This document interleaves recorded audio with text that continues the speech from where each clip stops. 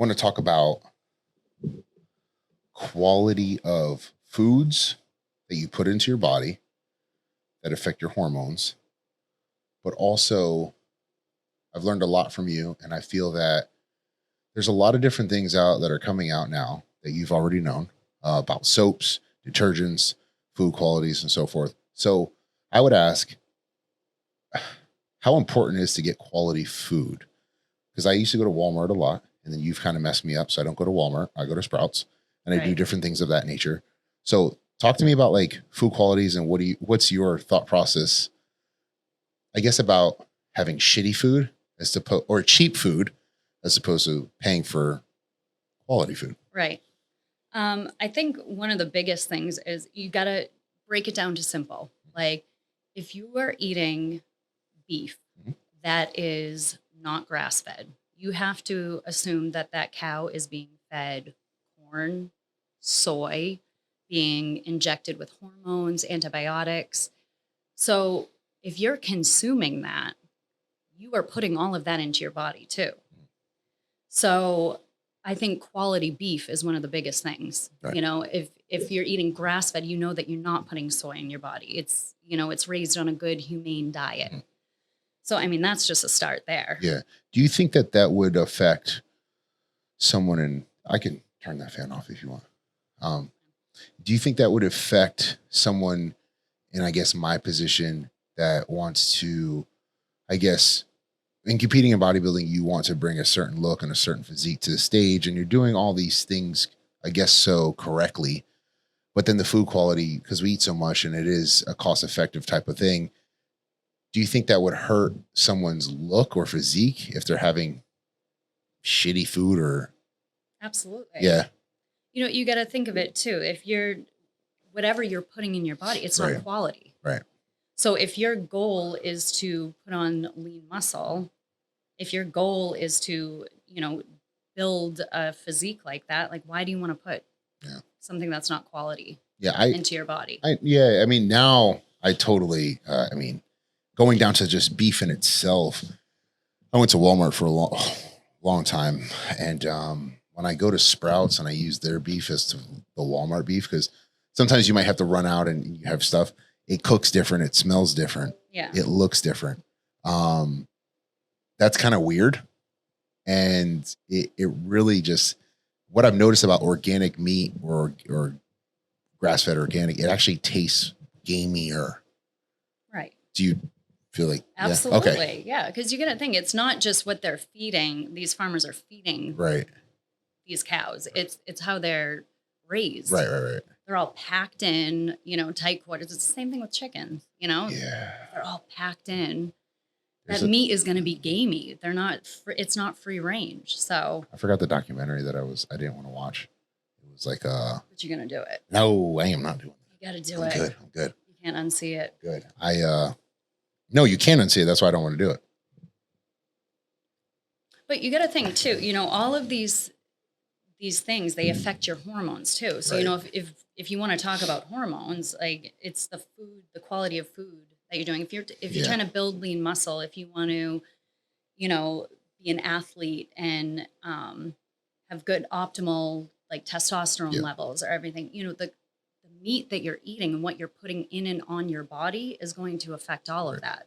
That's why, you know, with all of these chemicals and things like that, and, you know, some of the supplements that I'm not going to say all bodybuilders use, but, you know,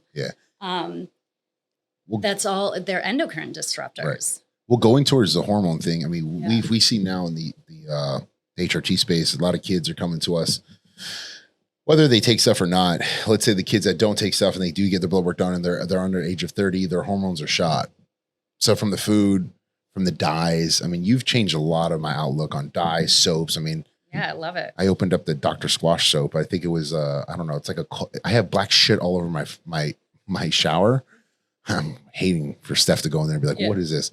It's all over the place. In the name of health. Yes. I think that's charcoal. I think it was charcoal. Yeah. So, no, but you've changed a lot of you've changed a lot of different things. And then, looking towards the dyes and the detergents and stuff like that. I mean, all that I feel like does affect your hormones. It's just a chemical warfare in a sense, right? It is. I mean, you know a lot more than me, so that's why. Yeah, I mean, to keep it basic too, because it can be overwhelming too. Right. You know, and what I did when I first got into this wellness space is I kind of went down a rabbit hole, and that's not good either. Right. You know, it's like if you can take one thing at a time and just try to do better, Yeah. you know, that's all it is. Just do better, a little bit better. And then you learn a little bit more and you do better than that. It's, Right. you know, it's a process. And there's kind of not an end goal to it, No. too, except you're on a journey. Right. You know, and a journey is never ending. It's Yeah. ongoing. So if you can clean up one thing at a time, and the biggest thing I always tell people to start with your water. Yeah. You know, clean up your water. Your skin is your biggest organ. Right. So that's just not like the water that you're consuming. It's like all these plastics, you know, like No. try to eliminate that. Or, you know, you're showering in water. Like your skin is absorbing I know. everything that is in that water in 26 seconds. So the stuff you put on your body, the shampoo, the soap, all the things.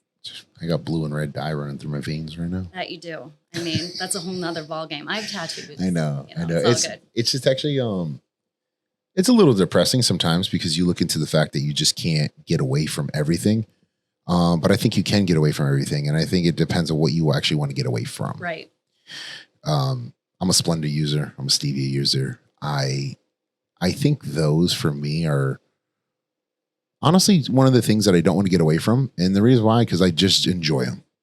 And I know it sounds really stupid. I don't eat candy. I don't eat Skittles. I mean, Skittles are my favorite, and you brought me a candy that tasted almost, I mean, not like Skittles, but it was almost identical to Skittles. Right. And that was kind of awesome because it's something that you can look at that doesn't have all those dyes, like you said. Absolutely. You know, these dyes are fucking crazy. Dyes are the worst. Yeah. I mean, and that's a whole nother, like that's one thing that I'm really particular about, especially, you know, my son. Yeah. I have a 5-year-old son who, I'm telling you, like you give him something with dyes in it and he's scaling the walls. Yeah. You know, it's so think about how sensitive these kids are, and you can actually see what it's physically, emotionally, mentally doing to them. We don't really notice so much. Yeah. I think that's where maybe ADD comes from. It does. Yeah. I mean, just, it's not, I wouldn't say it's not necessarily where it comes from, but it definitely, I think it exacerbates it. Or, you know, think about how you feel after you eat stuff like that. I feel great. That's on you. I was talking to Steph actually about Yeah. we're having a conversation about McDonald's French fries. And back in the day, I guess there was actually 3 ingredients that they made McDonald's French fries with. It was salt, something else that she said, and then like I guess there was like a beef oil or beef something that they fried the French fries in. Like a tallow or something like that. I guess highly doubt, I guess it wasn't bad. Okay. And we're talking long time ago. Now there's like a 20 list thing, like because of the beef, I guess was too expensive. They put the seed oils and stuff like that to give it the flavor. Like there's certain things to give the French fries a flavor. And it's actually crazy. Then you see how like chicken nuggets are made. Yeah, that's not. This is what I always say, and it's so bad because like I've taught my son this too. I'm like, if it didn't grow out of the ground, it was made in a lab. Yeah. I'm like, so, you know, we're not perfect. We eat food that, you know, is somewhat preserved, but we try to eat as best we can. You know, we're not like trying to hide and live under a rock and like not be social, or because, you know, eating is such a social thing too. Yeah. But if you look back to, and that's why, like you're saying, if you look back to how food was made and what it is now, I mean, that's why everything is made with inflammatory seed oils. You know, it's all preserved. Yeah. Like we even take it to a whole nother level in the United States as to adding things that don't even need to be added. We add like titanium dioxide or like things to preserve color. Like who cares about the color? We don't care what it looks like. Bleach, right? Like unrich flour or something like that. Enriched. Yeah. We pull out all the nutrients and then add our own to it, which makes no sense at all. I think that's where a lot of the you were saying today, the what's the word for that? Your gut and your brain core link in together, and then it disrupts a autoimmune disease. Sorry. Well, that's why autoimmune disease is so prevalent now. because, we have such a disconnect, Yeah. From between, that. yeah. Yeah.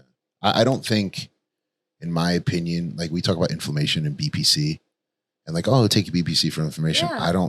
I personally don't think BPC would mitigate if you're having issues like that, because you just keep putting shit into your body. Like, so like, yeah. I mean, it's not a quick fix. I think peptides are incredible, Yeah. and they definitely have a place. But I mean, if you are sitting there, eating natural flavors, dyes, Right.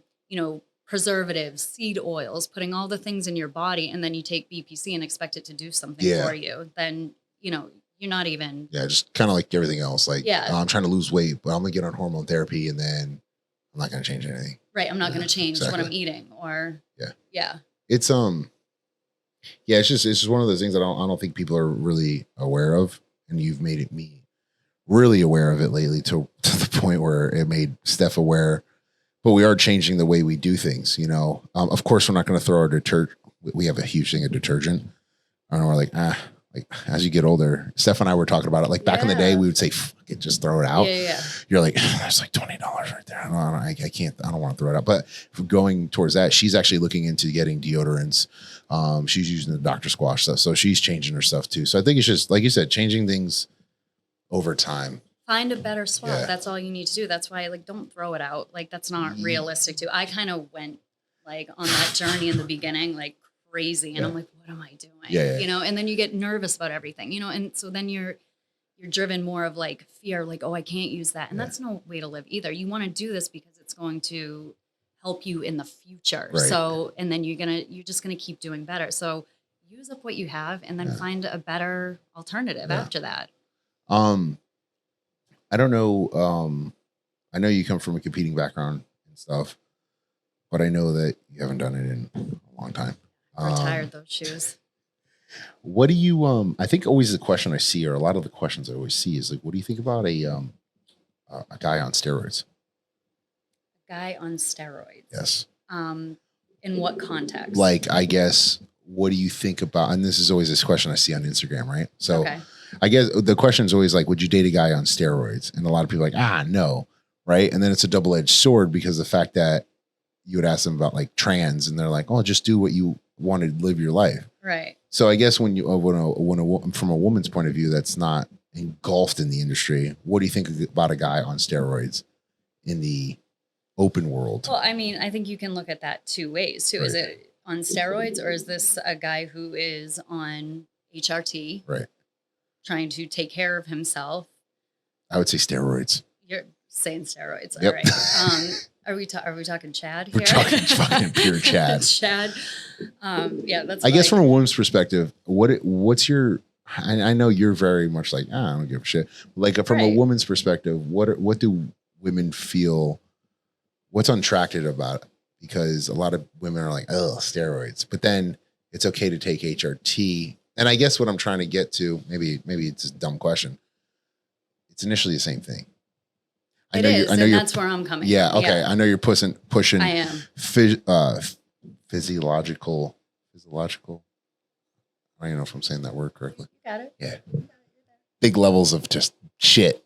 Right. Yeah. So, and then you have HRT, but they are the same thing. A lot of people, I guess where I was trying to go with it, a lot of people misconstrue the question of steroids to HRT. A steroid can be a cortisone shot or something. So, right. Yeah. So I guess the question would be, what do you think about a guy on steroids and then HRT? Okay. So I'm all for, I mean, especially where I have a background in, the whole bodybuilding world too. I'm very familiar with that lifestyle. Now, because it's hard to, speak in retrospect. Yeah. Like I know what I used to think of it, but now what I think of it, I encourage you, what are your goals? I mean, is your goal longevity? Because we know truth. I mean, I'm being honest.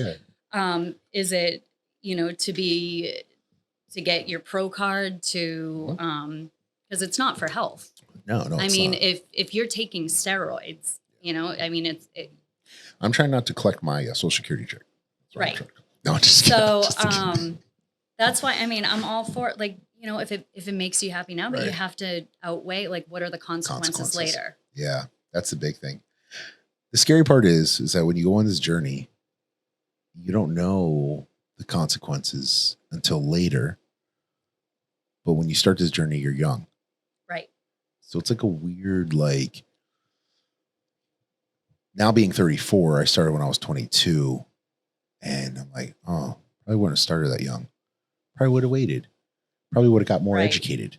Right. You know, now I watch 600-Pound Life and I have anxiety. That's true. So it's just one of those things that I always think about, like, you know me and being here, but it's like, what do people perceive, like, people out in the world, right? Like, Well, I mean, I can speak a little bit knowing you. Right. And I think, you know, you and Steph, you're a great example of, you know, both sides of like, you're interested in like, the health and wellness, Right.